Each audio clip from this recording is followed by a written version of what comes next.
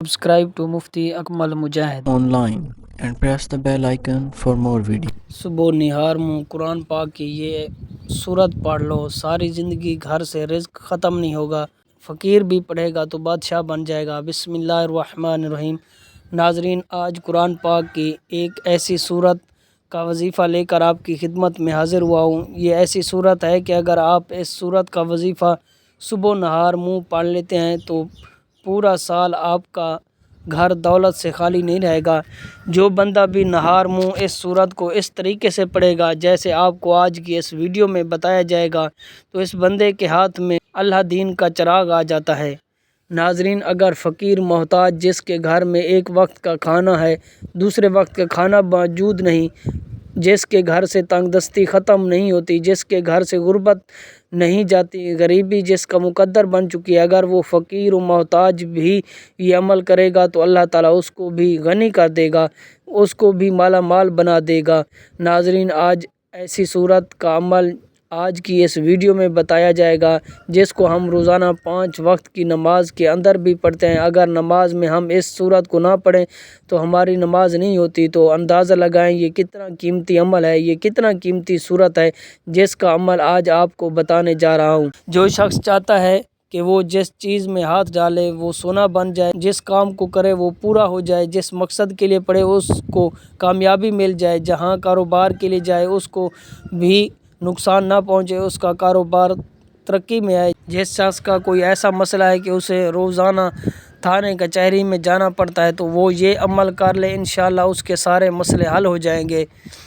ناظرین، وہ شخص جس کا کاروبار بالکل ٹھپ ہو چکا ہے، جس کو کوئی راستہ نظر نہیں آتا، جو شخص بہت زیادہ مقروض ہے، قرض اتارنے کا کوئی چانس اس کو نظر نہیں آتا، وہ قرضے میں ڈوب چکا ہے، تو اس شخص کو چاہیے کہ یہ وظیفہ پڑھے، یہ عمل لازمی کرے۔ بس آپ نے یہ ویڈیو آخر تک مکمل دیکھنا ہے۔ انشاءاللہ آج یہ ایک ایسا عمل بتانے لگا ہوں کہ جس کے بعد آپ کی زندگی بدل جائے گی، آپ کی زندگی میں اتنا تبدیلی آئے گی کہ آپ حیران رہ جائیں گے، آپ کی زندگی سنور جائے گی، آپ کا نصیب چمک جائے گا۔ ناظرین، آج کا عمل سورۃ فاتحہ کا عمل ہے۔ سورۃ فاتحہ قرآن مجید کی پہلی سورت ہے، اس کے بے شمار فضیلتیں ہیں۔ دوستو، آج اس عمل کو سمجھ لیجئے، توجہ کے ساتھ کیجئے۔ جو بندہ اس عمل کو آج کے دن سمجھ کر لے گا اس کی زندگی کے سارے دکھ ختم ہو جائیں گے، ساری مصیبتیں ختم ہو جائیں گی۔ بیماریوں کے لیے اگر اس عمل کو کریں گے تو ان کو شفا ملے گی، بے روزگار کرے گا تو اس کو روزگار ملے گا، اگر مفلس محتاج تنگ دست کرے گا تو غنی ہو جائے گا، مالدار ہو جائے گا، اتنا مالدار ہو جائے گا کہ اس کے محلے میں، اس کے علاقے میں اس کے جتنا کوئی شخص مالدار نہیں ہوگا۔ اس قدر یقینی عمل ہے کہ آپ ایک بار آزما کر دیکھیں، پھر آپ اپنی آنکھوں سے خود اس کے کمالات دیکھیں گے۔ حضور نبی کریم رؤوف الرحیم صلی اللہ علیہ وآلہ وسلم نے ارشاد فرمایا، سورۃ فاتحہ کی مثل نہ تو تورات میں، نہ ہی انجیل میں، نہ ہی زبور میں، نہ ہی کسی اور آسمانی کتاب میں ہے۔ یہ بات موجود ہے، یہ سمجھے گا کہ آپ کا ایمان تازہ ہو جائے گا، اس کے بعد آپ مجبور ہو جائیں گے کہ اس عمل کو کرنا کتنا ضروری ہے۔ تفسیر کبیر میں یہ بات موجود ہے کہ اللہ تعالیٰ نے آسمان سے 104 کتابیں اور صحیفے اتارے، ان ساری آسمانی کتابوں اور صحیفوں کا سارا علم اللہ تعالیٰ نے قرآن مجید میں رکھ دیا، یعنی ان 400 صفوں کا جتنا بھی علم ہے اللہ تعالیٰ نے ان 4 کتابوں میں رکھ دیا ہے، پھر ان سب کا علم اللہ تعالیٰ نے قرآن پاک میں رکھ دیا، پھر قرآن پاک کی جتنی بھی فضیلتیں ہیں، جتنی بھی برکتیں ہیں، وہ ساری کی ساری اللہ تعالیٰ نے اس سورت کے اندر رکھ دی ہیں، جس کو سورۃ فاتحہ کہا جاتا ہے۔ قرآن مجید دیکھنے میں تو الف لام سے لے کر سورۃ ناس تک، لیکن اس کے اندر اتنا علم ہے آپ اندازہ نہیں لگا سکتے۔ اللہ تعالیٰ نے وہ سب کچھ جمع کر کے سورۃ فاتحہ کے اندر رکھ دیا ہے، اور جس نے سورۃ فاتحہ سیکھ لی گویا کہ اس نے ساری آسمانی کتابیں سیکھ لیں، جس نے سورۃ فاتحہ پڑھ لی گویا کہ اس نے تمام آسمانی کتابیں پڑھ لیں۔ سورۃ فاتحہ ایسی سورت ہے کہ اس کا پڑھنا نماز میں واجب ہے، چاہے آپ فرض نماز پڑھیں، نفل پڑھیں، وتر کی نماز ہو، یا کوئی بھی نماز ہو، اس کے اندر اس سورت کو پڑھنا ضروری ہے۔ اگر نہیں پڑھیں گے تو آپ کی نماز نہیں ہوگی۔ اس لیے اندازہ لگائیں کہ سورت کی کتنی فضیلتیں ہیں، کتنا بڑا مقام ہے۔ یہ صورت ایسی ہے کہ اس میں اللہ تعالیٰ نے دوزخ کے عذاب کا ذکر نہیں کیا، اللہ تعالیٰ نے اپنی رحمت کا ذکر کیا ہے۔ تو اندازہ لگائیں یہ کتنی قیمتی صورت ہے۔ اس صورت کی 7 آیاتیں آپ نے یہ 7 آیاتیں پڑھنی ہے۔ جو شخص بھی یہ صورت پڑھ کر دعا مانگتا ہے، وہ اگر لا علاج مریض کے لیے دعا مانگے جس کو ڈاکٹروں نے جواب دے دیا ہے، تو اللہ تعالیٰ فوراً اس کو شفا عطا فرما دیتا ہے۔ لیکن اس کے لیے آپ نے کرنا کیا ہے کہ آپ اس عمل کو فجر کی نماز کے بعد بھی کر سکتے ہیں، یا جس وقت بھی آپ کو وقت ملے آپ یہ وظیفہ کر سکتے ہیں۔ لیکن سب سے بہتر یہ ہے کہ جب آپ فجر کی نماز پڑھ لیں اس کے بعد نہار منہ آپ یہ عمل کریں۔ ناظرین، اب ہم جان لیتے ہیں کہ آپ نے یہ عمل کیسے کرنا ہے۔ عمل کرتے وقت آپ نے کن کن باتوں کا خیال رکھنا ہے۔ لیکن اس سے پہلے اگر آپ اس چینل پر نئے ہیں، آپ نے ابھی تک اس چینل کو سبسکرائب نہیں کیا، تو اس چینل کو ابھی سبسکرائب کر لیں، کیونکہ ایسی بہت سارے وظائف، بہت سارے اعمال آپ کے لیے ڈیلی بیسس پر کرتا رہوں گا۔ اب عمل کیا ہے؟ سب سے پہلے آپ نے یہ عمل کرنے کے لیے تازہ وضو کرنا ہے اور کچھ کھانا پینا نہیں ہے، صرف اس صورت کو پڑھنا ہے، یہی اس کی شرط ہے۔ صورت پڑھتے وقت آپ کو ہر صورت باوضو ہونا چاہیے، اور اس عمل کے دوران آپ نے کسی سے بات نہیں کرنی، کسی کی باتوں کا جواب نہیں دینا، اس بات کا آپ نے خاص خیال رکھنا ہے۔ اور پھر آپ نے قبلہ کی طرف منہ کر کے اس صورت کو پڑھنا ہے۔ بس آپ نے ان شرط کو مد نظر رکھتے ہوئے ان شرط پر عمل کر کے آپ نے یہ وظیفہ کرنا ہے۔ پھر آپ جس چیز کو ہاتھ لگائیں گے آپ کو فائدہ ہوگا، جس کام میں ہاتھ ڈالیں گے آپ کو کامیابی ملے گی۔ اب اس کا طریقہ آپ اچھے طریقے سے سمجھ لیجئے کہ آپ نے اس عمل کو کیسے کرنا ہے۔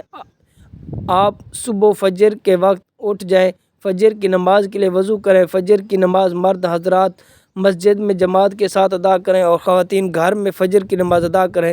فجر کی نماز ادا کرنے کے بعد اسی جگہ اسی جائے نماز پر بیٹھ کر آپ نے یہ وظیفہ کرنا ہے، کسی سے بات کیے بغیر آپ نے یہ عمل کرنا ہے۔ تو سب سے پہلے آپ نے نبی کریم رؤوف الرحیم صلی اللہ علیہ وآلہ وسلم کی ذات اقدس پر 5 یا 7 مرتبہ یا 11 مرتبہ آپ نے درود پاک پڑھنا ہے۔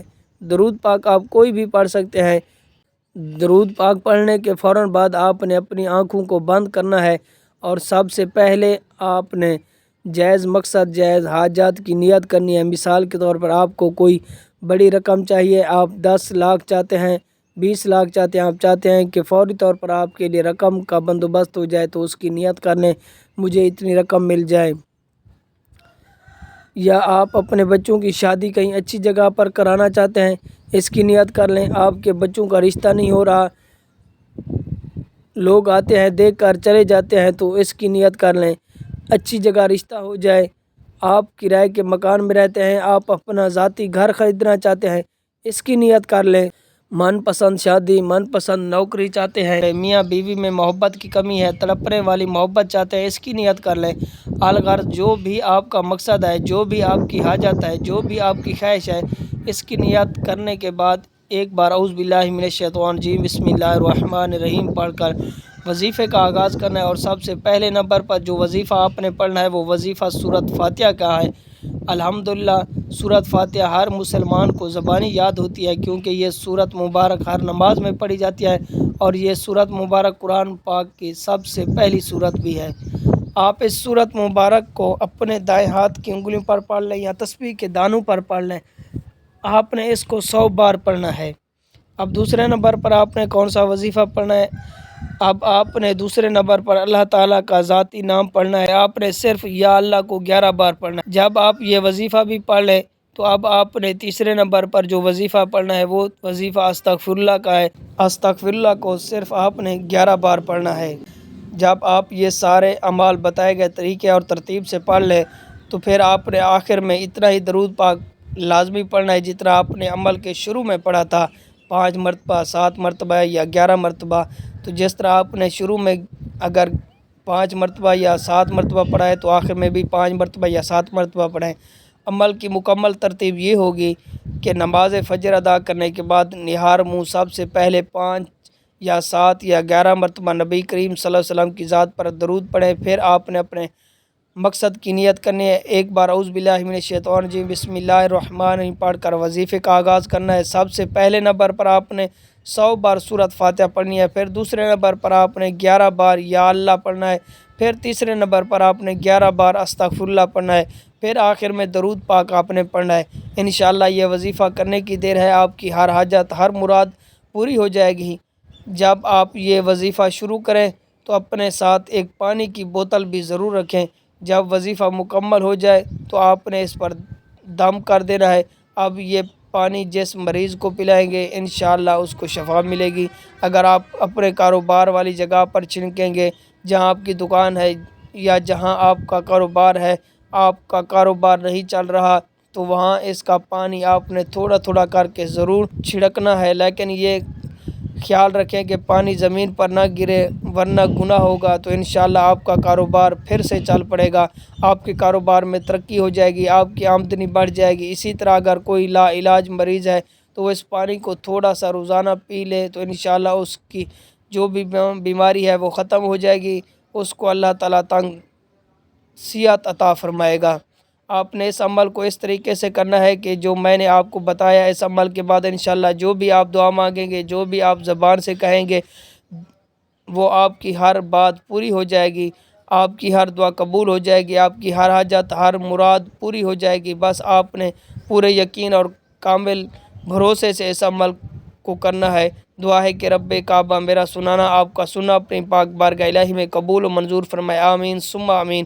محترم ناظرین، اپنے رزق میں برکت اور وسعت کے لیے اللہ تعالیٰ کے 99 ناموں میں سے کوئی ایک نام کمنٹ میں ضرور لکھیں۔ جزاک اللہ۔ اللہ تعالیٰ ہم سب کو نیک عمل کرنے کی توفیق عطا فرمائے، آمین ثم آمین۔